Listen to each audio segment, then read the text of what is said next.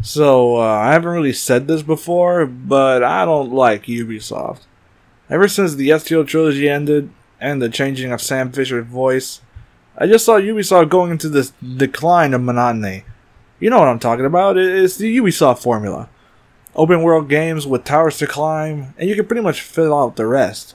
Almost every damn Ubisoft has these days, and it's filled with this crap and...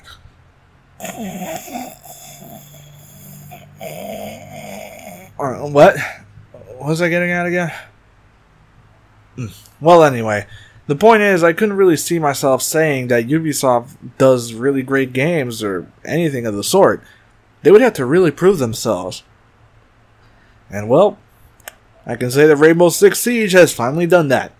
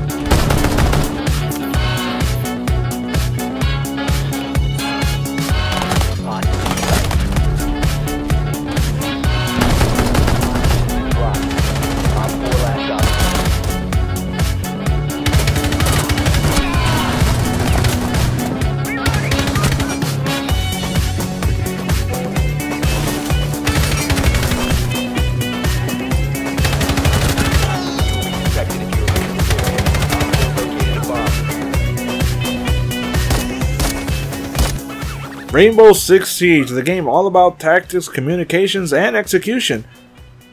Now this game at first wasn't that interesting, but thanks to all the support and updates over the years, I can actually say that it's turning to be one of the best games to play right now. When I say Siege wasn't that interesting at first, I mean it. Back when the beta came out, it was a mess of disconnections and bad tactics. Overall, it was kind of a sluggish game to play. Of course, that's because it was a completely fresh game with its own set of rules. It took a while for people to get really into the meat of what exactly Rainbow Six Siege is now. Though team killing is still an issue, and just as much as it was then.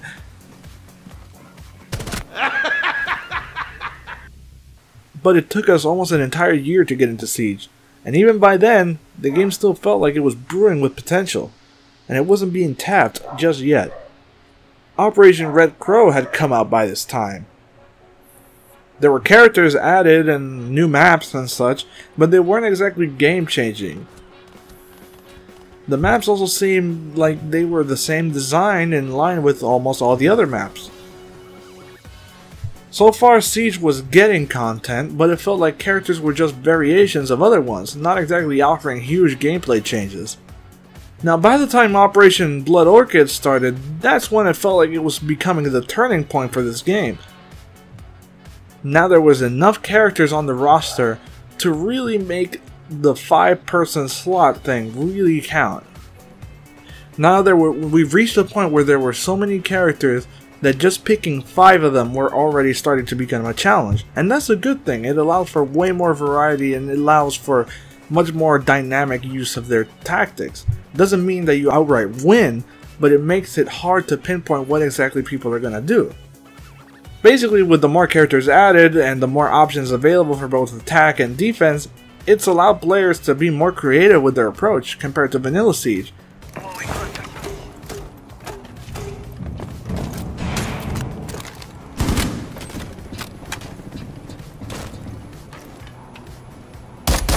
You serious? And it also helps that almost every content update is when these huge changes happen. So the only time you see a shift in the meta is only when there's a good huge content update around for it, or if it's Operation Health, but we don't talk about Operation Health. So this keeps the game fresh and it doesn't feel chaotic like, say, Overwatch. Bonjour. The meta changes only on certain times and only when there's actual new stuff in the game. It doesn't change mid-season or mid anything. Like it changes when it's done, when it's a proper time for it to end. Which means that you can get used to these new tactics and really get your hands deep into these strategies. And get used to the next one when it comes out. It's not going to be like a week. Like 1 week a character's going to be super OP and then the next week they nerf him and it's going to be a constant back and forth between the devs. That kind of stuff doesn't happen. And this kind of stuff has only gotten better with white noise. See, before... hang on. Damn it. There we go. Sorry about that. So this operation throws a good curveball to all types of operators we've had before. Now we have characters that use recon in a way that messes with the other team. I mean, sure, we have Valkyrie and Echo, two operators that can enhance defensive recon, but now we have Dokkaebi, a female Otacon that can turn those cameras against you, and Vigil that can hide from cameras just to counter her specifically, and be able to hide from recon devices in general. Thus turning cameras into a double-edged sword for both teams. They become something that you can't heavily rely on anymore, just because if these characters are picked, that might change everything. And that only makes it better once more updates come out and these characters fade into obscurity, because then they can not be relied on that much and you can surprise an enemy team with them. Of course, right now they're the main squeeze to use, so you're going to see them a lot if you play Rainbow Six now. But give it a few days or wait until the next content update and you'll see these characters completely fade out and be used discreetly. The stuff you used to take for granted, like drone streaks, cameras, and even corner camping if you want to be technical, are all going to be things you're going to have to keep an eye out for with these two around. Do you destroy the cameras when you're attacking, or risk the chance of being spotted just to be able to use the cameras yourself? And that goes for the enemy team too. I've already seen players compulsively shoot out their own team's cameras just because they're paranoid that they were hacked. Now Dokkaebi doesn't hack cameras easily though. You do have to get a phone from an enemy player that you kill to be able to hack into the defensive cameras. But knowing how people play this game and how everyone likes to split up sometimes, that can be a hindrance or an aid depending on how you put it. Because now with the huge emphasis on cameras and recon, Vigil can completely hide against that, making him useful to ninja vanish out of any camera sight and making him perfect to go around the map, even with the other cameras hacked. Of course, you're not perfectly invisible. You do emit this sort of filter, this white noise filter on everyone's screens whenever you're around, so even if you are invisible to cameras, everyone's going to know that you're close to them in some fashion because of the scrambling effect on their screen. So, be careful when you use it anyway, I guess. It's not perfect for all situations. Now, I know I didn't talk about Sophia yet, but she fits in there somewhere. Yes, she's not super tied to the meta right now, but her skills are still useful, being able to both breach walls and disorient enemies. She's essentially part Ashe and part Echo / Ella. You're able to do a lot of creative things with her. She's basically the best rushing operator at the moment. Not to say you can't use her tactically, you can, but rushing with her seems to be just as good, if not better. A hole in the wall. Some bathroom. Oh, okay. Construction.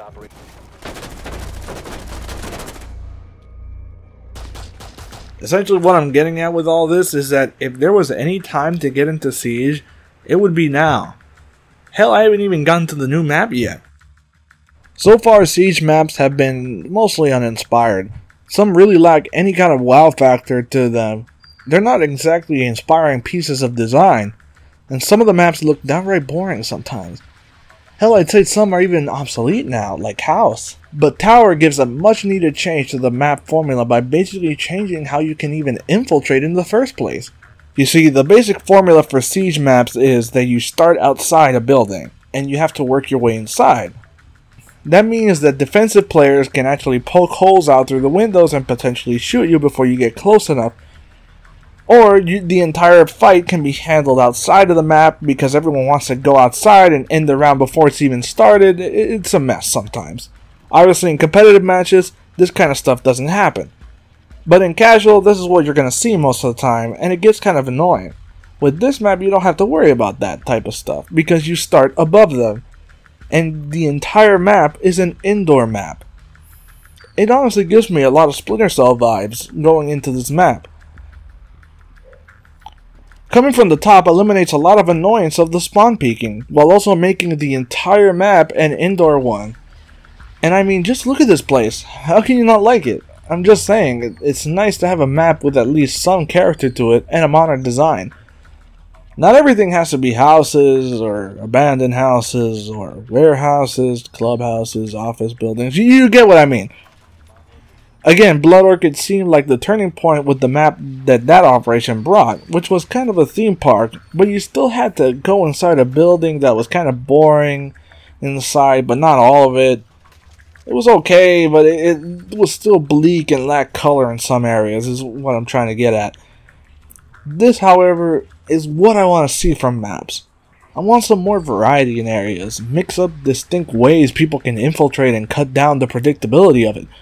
The more people get used to these maps, the more easy it'll be to figure out where people can come from, which spots they use to get in, and eventually make it impossible to even get through the damn door.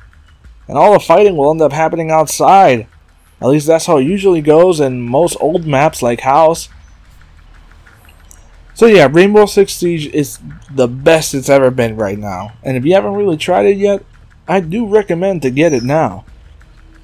Rainbow Six hasn't been this good for me until now, so I can officially say that if Ubisoft actually puts effort into the games they produce like this, and have faith, they can actually make great content. However, that doesn't mean all their games get a pass because of this. Only this game does, because it proved itself. I don't want you to get any ideas here. I mean, I thought this game was going to be dead by now. Way to prove me wrong, Ubisoft. Now go and fix the rest of your games.